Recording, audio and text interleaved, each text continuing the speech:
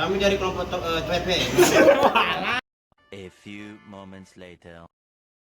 Kami dari kelompok 4 ingin mempertimbangkan tentang Langkah-langkah audit rekam medis.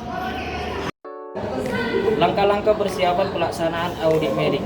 1. Pemilihan topik yang akan dilakukan audit. Tahap pertama dari audit medik adalah pemilihan topik yang akan dilakukan audit, tentu di rumah sakit atau misalnya tipes abdominasi. Penggunaan tertentu, misalnya penggunaan antibiotik, tentang produser atau tindakan tertentu, tentang infeksi nosokomial di rumah sakit, tentang kematian karena penyakit tertentu, dan lain-lain. Pemilihan topik ini sangat penting dalam pemilihan topik agar memperhatikan jumlah kasus atau epidemiologi penyakit yang ada di rumah sakit dan adanya keinginan untuk melakukan perbaikan. 2.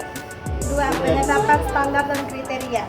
Setelah topik dipilih, maka perlu ditentukan kriteria atau standar profesi yang jelas, objektif, dan rinci terkait dengan topik tersebut.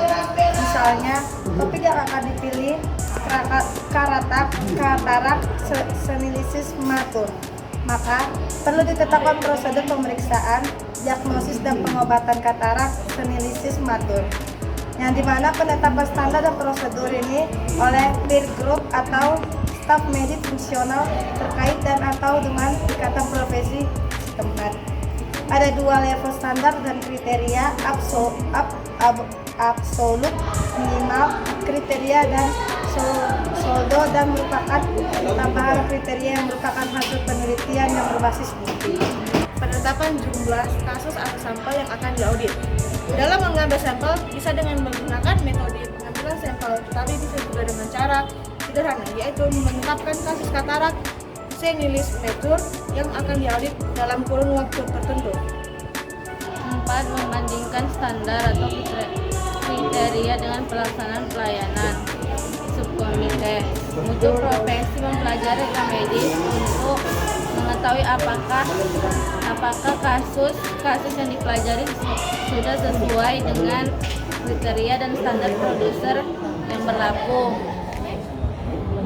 Data tentang kasus-kasus yang tidak memenuhi kriteria yang telah ditetapkan dipisahkan dan dikumpulkan untuk dianalisa. Misalnya dari 200 kasus, ada 20 kasus yang tidak memenuhi kriteria atau standar. Maka 20 kasus tersebut agar dipisah dan dikumpulkan. 5. Melakukan analisa kasus yang tidak sesuai standar dan kriteria. Subkomite mutu profesi menyerahkan ke-20 kasus tersebut pada per grup atau staf medik fungsional untuk dinilai lebih lanjut. Kasus-kasus tersebut dianalisa dan didiskusi apa kemungkinan penyebab dan mengapa terjadi ketidaksesuaian dengan standar hasilnya. Bisa jadi terdapat misalnya 15 kasus yang menyimpan terhadap standar adalah acceptable karena penyulit dan komplikasi yang tak terduga. Sebelumnya kelompok ini disebut deviasi. Sisanya yang 5 kasus adalah deviasi yang unsuitable dan hal ini dikatakan sebagai deviasi.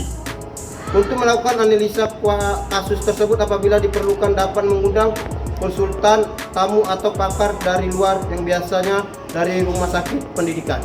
Yang keenam, tindakan korektif, yang dimana peer group melakukan tindakan korektif terhadap kelima kasus yang defisiensi secara kolegial dan menghindari blaming culture, membuat rekomendasi upaya perbaikannya, cara-cara pencegahan dan penanggulangannya, mengadakan program pelatihan, penyusunan dan perbaikan prosedur yang ada, dan lain sebagainya.